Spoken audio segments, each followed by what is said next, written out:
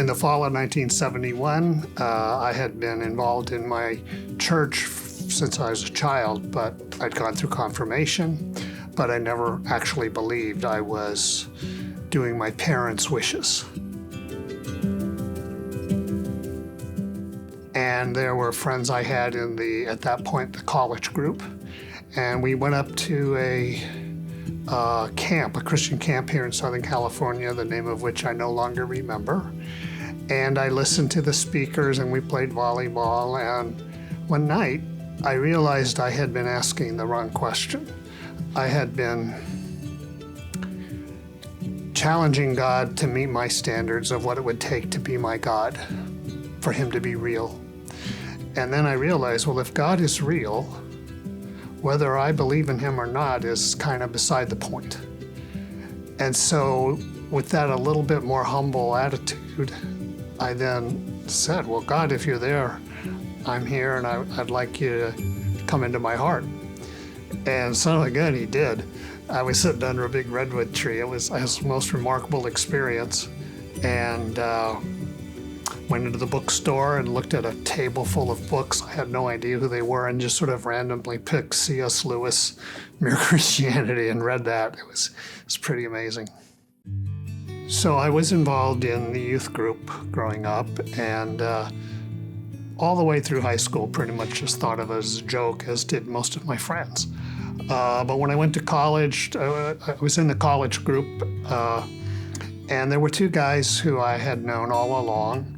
They were 2 years older than me, Mike and Steve, and they put up with me and my criticisms and questions and sarcastic, remarks, and just cared for me and included me. They even invited me to go skiing up Snow Valley with them and some other people. They just put up with me and they cared for me all along and shared what they believed about Jesus all the time. I'm quite confident without those two guys, I would never have had who knows about never, but I wouldn't have come to Jesus the way I did at that time. They were instrumental in their caring for me and their sharing with me.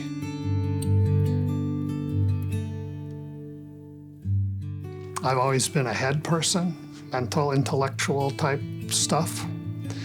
And I never really had anybody talk to me about heart issues and knowing Jesus in my heart.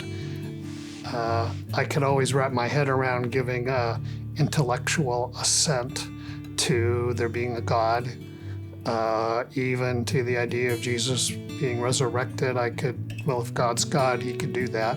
What was really important for me was the idea of Christ entering your heart, the Holy Spirit entering your heart and living there. I've always been a little leery of emotions, but letting it be kind of an emotional, personal relationship rather than a set of doctrines or dogmas that I can mentally wrap my head around.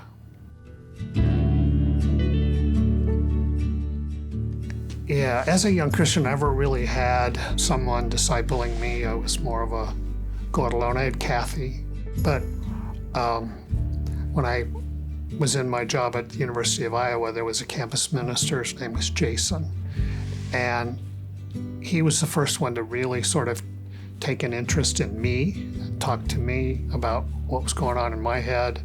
At the time, I had big questions about being an Anabaptist or a Mennonite instead of a Reformed Protestant. He was really good at relating to that and being faithful to me and hearing my views and reacting to them and sharing what he thought about the things that I said. And so he was the first I've had others, but he was the first sort of real hands-on person who helped shape my faith. So that's really important. It's too hard to go it alone. I mean, we're part of the body, we're not the body itself.